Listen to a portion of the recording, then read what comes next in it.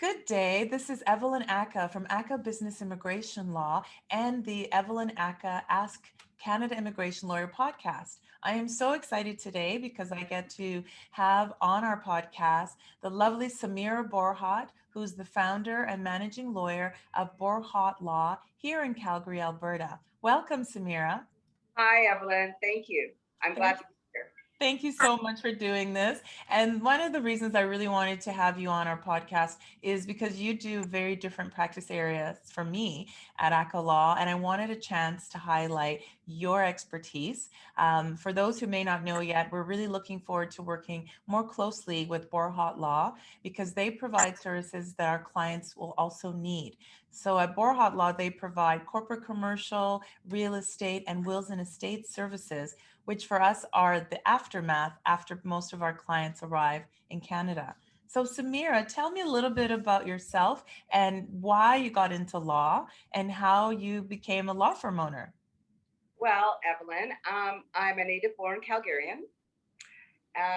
So I was born and raised in Calgary, got married, had my children, and law. 5 children. I can't believe you had 5 children.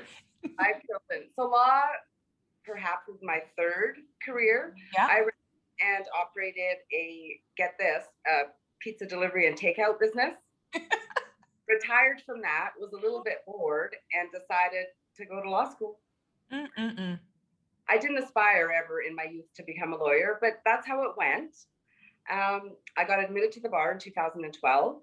Great. I argued with a gentleman here in Inglewood, where my current office is. And he ran a general practice, but I was drawn mostly to the wills and estates area. So my practice is wills and estates. I have a small residential real estate practice. Great. And I really enjoy, and it's growing, my corporate commercial practice. So I help clients incorporate their new businesses, set out their plans, do shareholder agreements, perhaps. That's great. And I find it as an honor to be part of a new business initiative. Yeah. You understand the process. You understand what it's like to be an entrepreneur, right? Just like I do. How long have you had your own practice, Samereh? Since 2016. Wow, that's fabulous. Well, good for you. I always love to support women in business.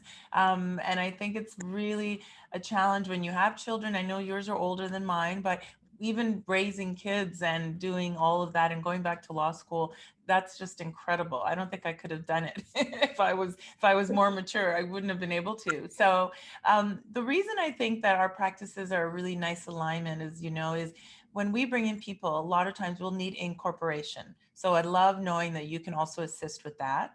And then the shareholder partnership agreements, all of those things for new immigrants are very important. But once they're here and settled, we always want to be able to give them full service. And so being able to say, you bought a house in Canada. Do you have a will? You have children that are now Canadian born. Do you have a will? Who helped you buy your house? So what I want for us is to be able to have those kinds of relationships where clients feel like they're supported from, beginning to the end. And I think the wills and estates piece is a wonderful addition as well to the services you provide. Can you tell me a little bit, Samereh, about how you work with clients? So for instance, if we were to send you a referral, I know we just recently had a call with a potential client. How do you launch that relationship with your clients? So whether the referral is from you or anywhere else, it usually begins with a telephone consultation. I outline the services that I provide. I get an understanding of what the client needs. And if I can help them, we follow up with an email. And in my email, I send my retainer letter. I go over our conversation. We set up an appointment. I am taking in-person appointments through COVID. Okay. We practice all safety measures. Good. I feel it's so important to meet a client face-to-face. Things that you can understand from a person that you can't over the telephone or even over Zoom, perhaps. Yeah, that's a good point. Yeah. And can wills, I know that in some provinces, people have been finding ways to get around in person because of COVID. Are they able to, for you, you meet if you're doing the final signings, right? Yes, we do. Yeah. We are signed in the original as our land title documents. Oh, wow. So for closings as well, you're doing that. Excellent. Yes, I am. Yeah, that's so interesting. How has COVID changed your practice, if you just don't mind me asking? Because everyone has a different experience of it. Some people are busier, some people are slower, but also what has it made you realize about being a lawyer during COVID?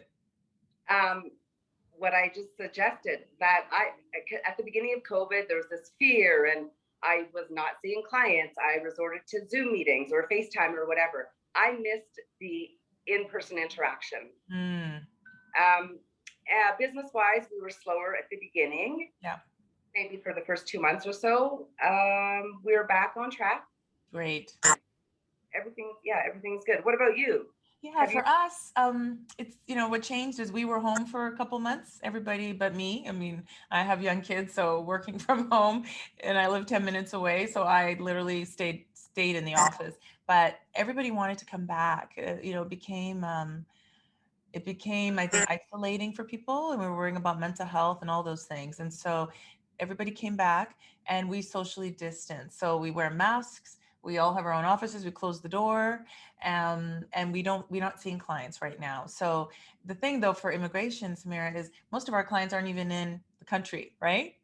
So I have a very different practice that's not based on physicality. If they're in Calgary, great. If I go to Toronto or Vancouver and we have virtual office and they want to meet me, great. But I never really met my clients anyway, so it hasn't changed the relationships. But if anything, it's made me do more of this. And I don't like to do Zoom consultations, but now I'm doing them because people are asking. They want to feel like they know their lawyer. So the fact that they can meet you in person with masks and be safe and get what their needs are and get a sense of you, I think also helps them feel more comfortable, right? With who they're working with. It does. And Evelyn, I find the business part of my meetings are for real estate 15 minutes to 30 minutes, but I'm in the office for an hour or 5 minutes because the people and their stories out we're doing is I'm curious for that, and through their stories I can find ways where maybe they need help somewhere else. Exactly. I love that. It's the probing, and it's just even getting to know them. Like today I did a consult this morning with a young couple, and they have a baby coming and they've got all these moving parts, and so for me it was the ability to give them the immigration advice, but then to say, you're American, you need to register the birth. Don't forget to register the American child, even though you're sitting in Edmonton, and all these other, and then the will, and so you start thinking about other things once you're sharing your life stories with them a little bit, So yeah, tell me, I mean, this is me probing where you're originally from. Does your family have a cultural background outside of Canada? They do. Lebanon. My dad emigrated to Canada about 1964. Oh my goodness. So your dad experienced the immigration experience, and then you had the pleasure of being born in Canada. Wow. And my mother, they didn't know each other. They were married 1965 or so, and they had all their kids here. And so we're all here close. Yeah. We have a large family, and that's where they're from. Oh, that's so great. I think whenever I talk about immigration, people think, well, only people who look like, say, me, or, they consider us immigrants. But I have many friends like you who were born here that, and my sister, for instance, was born in Canada, and yet she keeps getting asked. She's also a lawyer in Vancouver. So where are you from? Where are you from? I'm from downtown Vancouver. That's where I was born. And it's just an interesting thing about the world that I practice, because I always say that nobody is an original Canadian except for the First Nations people. Everybody came from somewhere, right? Tell me about the housing market right now, because I'm hearing it's booming in Calgary. Are you seeing that too? Lots of houses? Crazy, Evelyn. Yay for you. And I don't know where these people are coming from buying all this property. So we're really busy, both in purchase and sales. It's very good. And I'm getting deals that are short close, like 2 weeks or 3 weeks. Yeah, I was talking to a girlfriend who's a realtor yesterday. And so sometimes we help our clients, you know, if they need that temporary housing before we have clients coming from South Africa with 4 kids and the mother-in-law, and they need a place. So one of my girlfriends is helping. And she said, even finding rental houses are just nothing is on the market. So she's dealing with deals like you where people are short closings Yeah, and it's like Toronto and Vancouver again. It's like they're paying more than asking. yeah, So I'm glad for you because it's like it's a good time when you have a niche in real estate or a niche in wills when people are having babies. I've heard it's because of COVID. Everybody that lived in smaller accommodations wants bigger accommodations. They need more space. I feel the same in my house. Let me tell you, coming to work is like a vacation. and this is not a good thing, but I've heard too, because of space again. Yep. Family law lawyers are really busy. I heard it's Yeah, true. Yeah, yeah. lots is going on for sure. But I mean, I'm really excited for us to be able to market your services through you.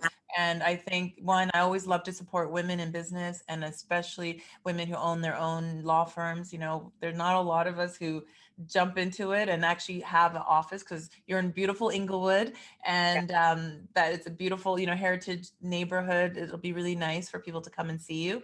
A lot of women, I think, work, you know, at home even, which is another way of, but I think that separation. What about you? Do you find that you like to have a place to go to or you can work from home? I mean, you just you and your assistant right now, right? It's me and I have 2 assistants. Oh, great. Um, I enjoy coming to the office. Yeah. Um, and because I do wills and estates and I deal with elderly people, sometimes I will go to the hospital or to the seniors facility Okay, good. for clients. Hmm. And let's go back a few minutes. You were probing and asking about my background. I do speak Arabic. Wow. Um, Fabulous. so that can be helpful Yeah. for some clients.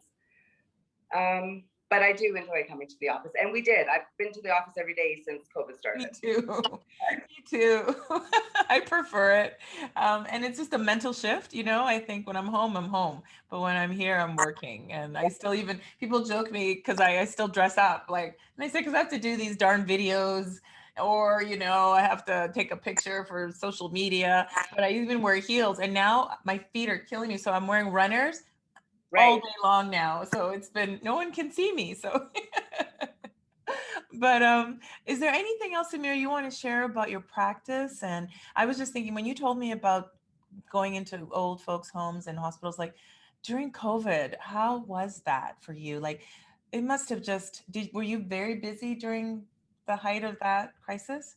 In that area, Wilson Estates, no. I have No. not been in in a nursing or seniors home. I got in trouble once from an older client. Yep. She was in the 80s, and I referred to the facility as a nursing home, and she said Oh. it's not a nursing home. Oops. I live in a seniors facility. Yes. I have not been in one, but I've been in residences and masked. Yes, of Yeah. course. Yeah, it's a great service. You know, I think being able to know that if they needed you, you would show there as needed. One thing I'm finding just from a law practice management perspective is people are like, well, I can get a will on LegalZoom or I could do my own closing or whatever. Tell me about maybe if you've seen some horror stories, because for me, I think those things don't cover in a will the nuances, the complexities, you know, all those variables that affect after the fact when the person is gone. You know, and I don't think you and I, we don't compete in that. We're not looking to be the cheapest. We're looking to be cost effective, but we want to bring the expertise. So tell me what your thoughts are on that. Yeah, it's really quite unfortunate. People call me. They've got the will off the internet or Law Depot, and it just doesn't do the trick. And I'm not sure what they're spending. And for a few extra $100, Mhm. they can like ensure that their affairs are governed after their death. Yes. You can't talk them out of it, Evelyn. That's the way they want to go. I receive calls sometimes where they've done this will and want to bring it to me to notarize. I won't do it. No, no, I put my name on something I didn't draft, right? exactly. Yeah. Uh, Good.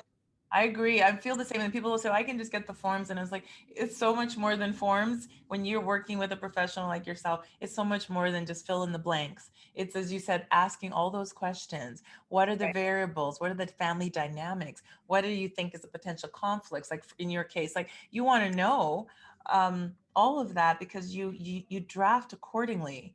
Do you flat fee, Samerah, or do you hourly, generally speaking? For my wills, it's a flat fee as Yeah, a base, but it does go up by the hour. yeah, Uh, Complexity. I've drafted trusts for dependent children on AISH or yeah. something Oh uh, yeah. for minor children, and it will go up. Yep. Good. And for real estate, the same flat fee? Flat fee, and it will go up with if we're faced with an unforeseen circumstance. Exactly. Yeah. Yeah, That's how we practice too. I think clients love to know that, okay, this is a certainty piece, but then based on all these other things could happen, we need to prepare for that. And I think when you're in a smaller firm, we can offer more efficiencies than if we were at a big firm where you're paying for downtown space and you know what I mean? So I think that helps the client and they don't see that sometimes, but the ideal client will see the value in the work that we do. So that's what we want. Yeah, for that's what sure. and I agree with you. And I don't like to do it sometimes. And when I do, I'm cognizant of the fact that I did quote a flat fee, but this came up and Yeah. we charge accordingly. Absolutely. Our retainer indicates like if unforeseen or we find out that there's complexities for us in immigration, criminality or medical inadmissibility that they didn't tell us about, of course, it makes everything more challenging, right? And so we have that conversation, but it's in there too. Well, I really appreciate your time, Samerah. This has been great. I want to make sure everybody knows that they can find Samereh Borhot at Borhot Law. They're in Inglewood and Calgary and online. And we'll be posting this podcast and video all over social media because Evelyn, Ackah, and Ackah Law want to make sure we can also promote that we have great partnerships and affiliations and friendships with other small boutique firms that focus on excellent service and efficiency and cost effectiveness. Thank you so much, Samerah. Thank you, Evelyn, very much.